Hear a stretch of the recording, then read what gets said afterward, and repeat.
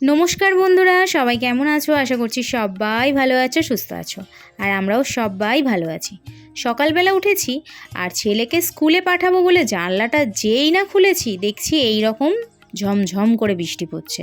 জানি না তোমরা ক্যামেরাতে কতটা বুঝতে পারছো, বাট আমি যতটা তোলার চেষ্টা করেছি, মানে যতটা দেখানো যায় ক্যামেরাতে, কিন্তু প্রচণ্ড বৃষ্টি হচ্ছে আর রাস্তায় জমে গেছে জল।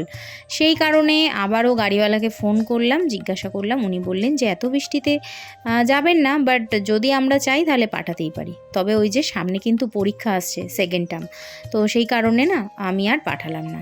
আর এখানে দেখো আমার মেয়ের চলছে পরীক্ষা, তাই জন্য সকালে উঠে পড়তে বসেছে। আর এই গাছটা এনেছিল কবে জানো? রবিবার দিন, যেদিন আমি ব্লগই করিনি। রবিবার দিন এনেছিল, আমার শাশুড়ি মা রক্ত দিতে গেছিলেন, তো সেখান থেকে, মানে একটা ক্যাম্পে গেছিলেন, সেখান থেকে এই গাছটা দিয়েছে। আর সেটা ওপরে তুলে দেওয়া হয়েছে, মানে আমি এখানে রেখেছি। আর এই যে সকালবেলা দেখো গোপুসোনাদের একদম স্নান খাওয়া সমস্ত কিছু কমপ্লিট। এবার আমি যাব রান্নাবান্না করতে। সকালবেলা শাশুড়ি মা এই যে এতগুলো মাছ দিয়ে পাঠিয়েছে, এখন মাছটা কি হবে দেখা যাক। তবে তার আগে কিন্তু টিফিন করতে হবে।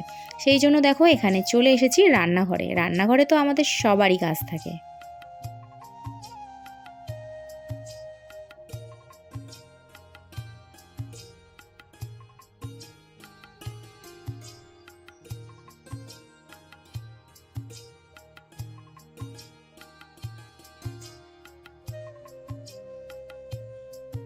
মেয়েদের জীবনটা পুরোই হয় অন্যরকম। বাপের বাড়িতে যখন থাকে তখন মা তো সকালবেলা টিফিন করে মুখের কাছে অবশ্যই দেয়, কিন্তু শ্বশুর বাড়িতে নিজেকেই টিফিনটা বানিয়ে নিতে হয়। তা বলে এটা নয় যে শ্বশুর বাড়িতে স্বাধীন নয়, নিজের খাবার নিজে বানানো এ তো স্বাধীন। এছাড়া আর মনে হয় ভালো জীবন কোথাওই হয় না। সকালে আজকে আমাদের টিফিন হচ্ছে ব্রেড বাটার, আর সবাই একটুখানি চা করে নিয়েছিলাম। আর এই যে ফ্রিজ থেকে বার করেছি দুধ, সেটা কিন্তু ঠান্ডা, তো সেটাকে এখন গরম করব। আর এখানে দেখো সবার জন্য চা করে নিচ্ছি। তবে একটু পরেই দেখবে আমার জন্য যে চাটা বানানো হয়েছে, আমি সেই কাপটায় না খেয়ে অন্য কাপে খেয়েছি। তার কারণ চাটা বানানোর পরেই আমার ছেলের বায়না আমাকে একটু চা দাও, সেই জন্য এই কাপটা ওকে দিয়ে আমি অন্য কাপে আবারও একবার চা করে নিলাম। আর এখানে চা করতে করতে মোটামুটি দুধটা ফুটেও গেছে। এবার চলো একটু টিফিন করে নিই। টিফিন করে তারপর চিন্তা ভাবনা করব কি রান্না বান্না হবে।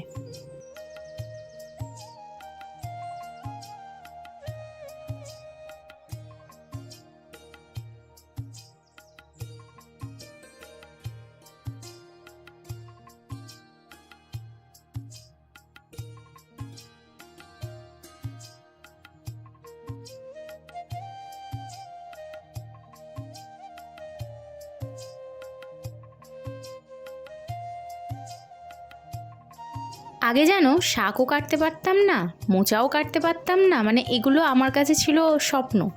আবার সাথে সাথে আনারসও কাটতে পারতাম না। তবে এখন দেখছি সবই কাটতে পারি। ওই যে সময়ের সাথে মেয়েরা কিন্তু সমস্ত কিছুটাই মানিয়ে নেয়। শুধু মেয়েরা বলে নয়, সমস্ত মানুষই সমস্ত সময়ের সাথে তালে তাল মিলিয়ে নিজেকে ঠিকই মানিয়ে নিতে পারে। তো চলো আজকে রান্নাবান্না কী কী করব সেটা একটু বলে দিই। আজকে রান্নাবান্না হবে কলমি শাক ভাজা, আর করলা আলু সেটাও ভাজা, আর হচ্ছে যেহেতু সকালবেলা দেখালাম শাশুড়ি মা ইলিশ মাছ দিয়েছে, সেই ইলিশ মাছটা সর্ষে বাটা দিয়ে হবে। এই হচ্ছে আজকে রান্নাবান্না। তো চলো এখন সবজি টবজি কেটে তাড়াতাড়ি চলে যাই রান্নাঘরে, অনেকটা দেরি হয়ে গেছে।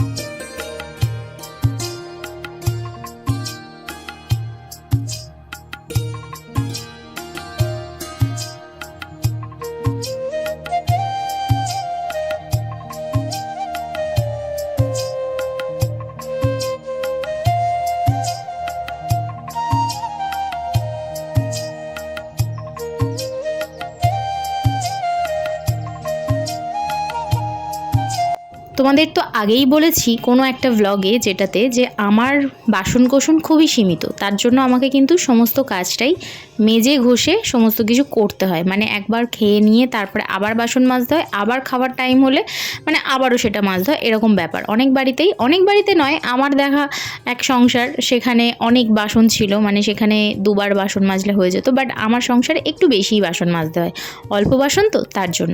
তো যাই হোক, চলো কথা বলতে বলতে এখানে কড়াটা মেজে নিয়েছি, কড়া আর খুন্তি, আর এখানে অনেক বাসন পড়েছে, সেগুলো পরে মাজবো। তবে আগে যেগুলো দরকার সেগুলো মেজে নিয়ে আগে রান্নাঘরে চলে যাব ঝটপট রান্না বসাতে।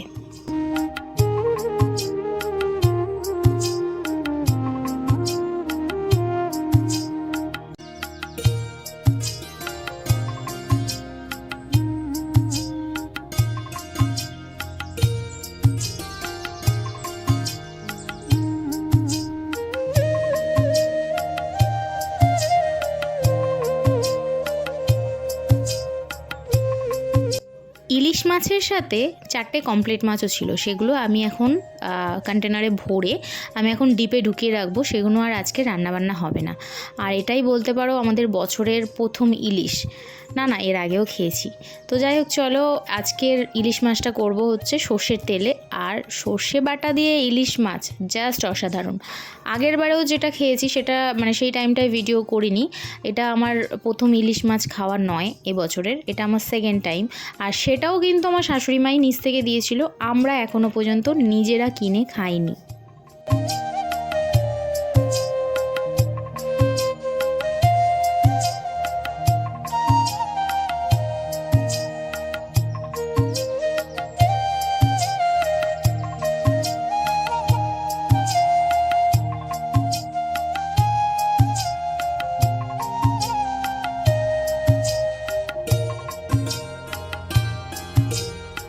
ভিডিওতে তোমরা যে টাইটেল আর থাম্বনেলটা দেখেছো তার সাপেক্ষে আমি দুটো কথা বলবো। চলো বাসন মাজতে মাজতে এখন সেই কথাটা তোমাদের সাথে একটু শেয়ার করে নেব। এখানে প্রায় আমার রান্নাবান্না হয়ে গেছে। তো আমার কাছে মনে হয় অর্থবান চরিত্রহীন স্বামীর থেকে অর্থহীন চরিত্রবান স্বামীর এক সংসার করা মানসিক সুখ শান্তি সমস্ত কিছুটাই থাকে। তার কারণ একটা অর্থহীন স্বামী তোমাকে যতটা কেয়ার করবে আর যতটা ভালোবাসবে, একটা অর্থবান চরিত্রহীন স্বামী হয়তো তোমাকে ততটা কেয়ার করবে না, ততটা তোমাকে বুঝবে না। এটা আমার সাপেক্ষে, মানে এটা আমার ব্যক্তিগত পার্সোনালি কথা, সেটা তোমাদের জানি না কে আমার একমত। তো আমার মনে হয় যে এটা হওয়াটাই বেটার, হয়তো প্রত্যেকটা মেয়ে এরকমই স্বামী চায়। তো চলো এবারে চলে এসেছি রান্নাঘর পরিষ্কার করতে। আর আজকে তোমাদের সামনে একদমই এসে কথা বলতেই পারিনি, কেননা আজকে এতটা চাপে ছিলাম। আর তোমরা হয়তো ভিডিওর মধ্যে দেখছো যে আমার পুরো নাইটিটা পুরো ভিজে গেছে, না ওটা নাইটি নয়, ওটা চুড়িদার পরেছিলাম, তো পুরোটাই ভিজে গেছে। এত গরম আমার এই রান্নাঘরে, ছোট্ট রান্নাঘরটায়, আর তার মধ্যে তো সমস্ত কাজ আমাকে করতেই হবে, কিচ্ছু করার নেই। এবার দুপুরবেলা খাওয়া দাওয়া করে নিয়েছি, খিদে প্রচুর পেয়ে গেছিলো, তো খাওয়া দাওয়া করে নিয়েছি, সেই ভিডিওটা নেওয়া হয়নি। আর এখন কাটবো একটু ফল, এই ফলগুলো খেয়ে ছেলে মেয়ে যাবে পড়তে, কেননা এই টাইমটা একটু ফল দিলে আমার মনে হয় একটু পেটটা ভারীও থাকবে, আর ফল খাওয়া তো সবার পক্ষেই ভালো। আর আমাদের এখানে জল হয়েছে বলে ছেলে মেয়ে চলে গেছে রাস্তায়, মানে কি বলবো তোমাদেরকে। এবারে বিকেল হয়ে গেছে, মানে বিকেল ঠিক নয়, সন্ধে হয়ে গেছে, ছেলে মেয়েকে পড়তে দিয়ে আমরা একটু বেরিয়েছি গাড়িতে তেল ভরতে। আর এখানে নিশ্চয়ই ওই নেতা মন্ত্রী কেউ আসবে, এখানটায় রাস্তায় অনেকক্ষণ ধরে ব্লক করা ছিল, তারপরে এখন খুলেছে, দেখো কতটা ভিড়।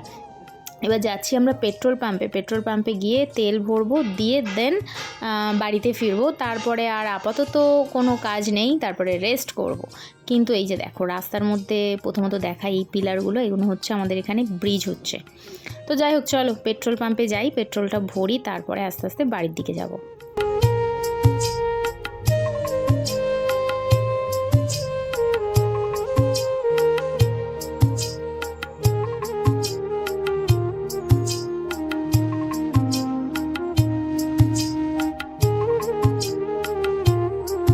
বাড়িতে এসে আমাদের আবারও বেরোতে হয়েছে, এগুলো আমাদের কোনো কিছু কাজের নয়, এটা হচ্ছে শ্বশুর মশাইয়ের কাজে। তো যাই হোক, আজকে ভিডিওটা যদি ভালো লেগে থাকে লাইক কমেন্ট শেয়ার করো। চলো টাটা।